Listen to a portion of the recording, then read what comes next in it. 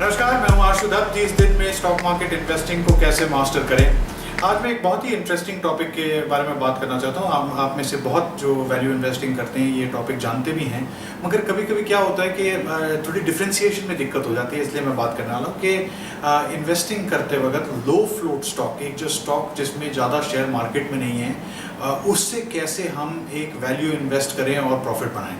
देखिए, दो किस्म के लो फ्लोट होते हैं। एक लो फ्लोट ऐसा होता है जैसे सरकार की कंपनी है, 80% सरकार के पास है, संस्थागत निवेशकों के पास और 15% है। जैसे ये लीजिए, FII के पास 10% है, डोमेस्टिक इंस्टीट्यूशन के पास 5% है। तो 95% अगर उन लोगों के पास है जिन्होंने बेचना ही नहीं है और जो है 3-4% मार्केट में है, तो आप ये सोच लीजिए कि अगर और संस्थागत निवेशक उस मार्केट में घुसते हैं तो स्टॉक प्राइस का क्या होगा। बिल्कुल आपने सही गैस किया, डबल भी हो सकती है, ट्रिपल भी हो सकती है। तो ऐसे स्टॉक को ढूंढना बहुत ज़रूरी है।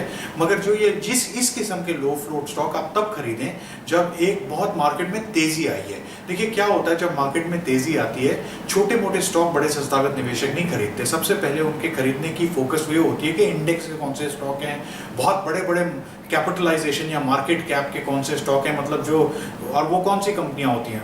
अमूमन वही कंपनियां होती हैं जो बहुत बड़ी बड़ी कंपनियां हैं या सरकार की कंपनियां, उनके पास बहुत कैपिटल होता है। मगर अच्छी चीज़ है, कैपिटल भी बहुत है और 90-95% जो है वो भी सरकार या संस्थागत निवेशकों के पास है। बैंकों की भी वही सिचुएशन है। आप कोई भी बैंक देख लो, उसमें 80-90%, 90 से ज़्यादा परसेंट ही सरकार के पास होगा या संस्थागत निवेशकों के पास होगा, जो गवर्नमेंट के बैंक होते हैं। तो ऐसे स्टॉक, जैसे मार्केट तेजी पकड़ता है, आप जो है पहले 10-15% जान दें। उसके बाद आप ये देखें कि स्टॉक चल रहा है तो आप उसमें चढ़ जाएं। आप कहेंगे आशु जी पहले ही 15%, 20% स्टॉक भाग गया है, तो भागने देना। इसलिए मैं आपसे कह रहा हूँ कि देखिए 5% स्टॉक बचा है। अब जैसे अगर मैं USA में बैठा हूँ या किसी और देश में बैठा हूँ और मैं यहाँ इन्वेस्ट कर रहा हूँ, तो मेरा क्या है कि मैं एक्सचेंज ट्रेडेड फंड हूँ, तो मेरे पास जो है करोड़ों अरबों रुपए आना शुरू हो गए हैं। अब अरबों रुपए को मैंने जाके कोई छोटे स्मॉल कैप स्टॉक तो ढूंढने नहीं है, मैंने पूछवाना जी, हाँ जी, इंडेक्स पे कौन कौन से स्टॉक हैं, जो भी स्टॉक इंडेक्स में उनमें ही डालना शुरू करना है। मगर वो स्टॉक तो सब पहले ही संस्थागत निवेशकों के पास है या सरकार के पास, सरकार ने बेचना नहीं है।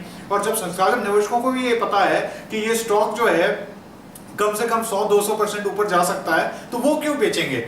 तो फिर आप ये देख लो 4% स्टॉक है, 5% स्टॉक में किस किस्म की तेजी आ सकती है इन स्टॉक में, और आपने देखा भी होगा। तो ये बहुत अच्छी स्ट्रेटजी इन्वेस्ट करने के लिए। कभी कभी हम एक और स्ट्रेटजी यूज करते हैं कि जी जो कंपनी का कैपिटल है बहुत कम है, 4 करोड़ है, 5 करोड़, 6 करोड़ है, ऐसे स्टॉक में आप पैसा ना डालें। मैं ये क्यों कह रहा हूँ, देखिए जिस कंपनी की कैपिटल ही 7-8-9 करोड़ है, आपने 2 सवाल पूछने हैं। वहाँ संस्थागत निवेश आएगा? नहीं आएगा तो स्टॉक चलेगा कैसे। दूसरी चीज़ ये है, अगर ये कंपनी इतनी अच्छी है तो 10-20 साल से इतने लो कैपिटल पे क्यों चल रही है, इनको कैपिटल की ज़रूरत क्यों नहीं पड़ी।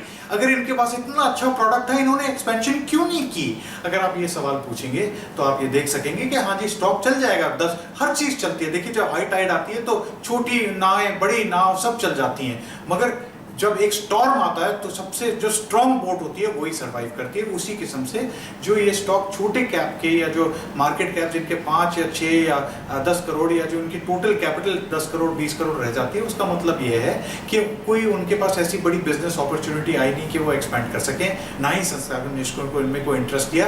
तो ऐसे स्टॉक में आपका रिस्क बहुत ज़्यादा होता है, उससे दूर रहें तो अच्छा है। मगर जो बड़ी कैप वाले जो सरकारी या जो संस्थागत निवेशक हैं, जिनमें वैसे कंपनियों में करेंगे तो आप अपना प्रॉफिट जो है डबल ट्रिपल होते हुए बहुत जल्दी देखेंगे। आज के लिए बस इतना ही। मैं हूँ आशु दत्त।